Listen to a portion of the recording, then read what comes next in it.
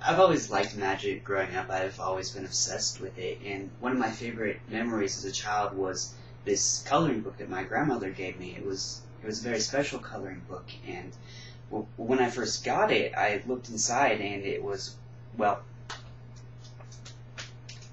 it was completely blank.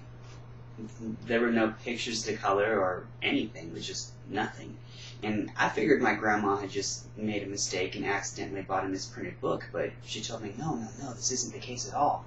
She said she had bought it from a wizard who said it was a very special magic coloring book, and he gave her a piece of paper with some magic words written on it, and she handed those to me and asked that I read them. So I opened it up and I read the words. It said, "Wave your arms around you, grasp the colors high, and capture from a rainbow the magic of the sky."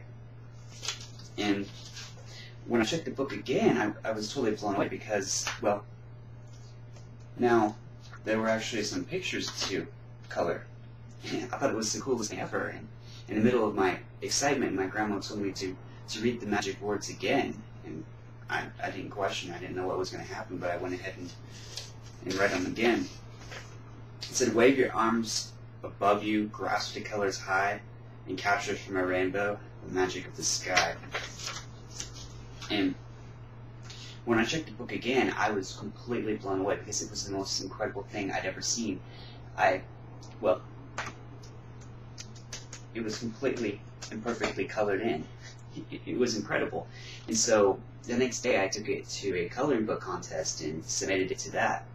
Well, when the judges came around to my book, they kind of frowned on it and they wouldn't take it. And I thought it was kind of weird because it was such a perfect coloring job. It was completely within the lines and all of that. And I asked them, well, why won't you take my book? And they looked at me like I was funny or dumb or something. And they said, because this is a coloring book contest and what you gave us is, well, there's nothing in it.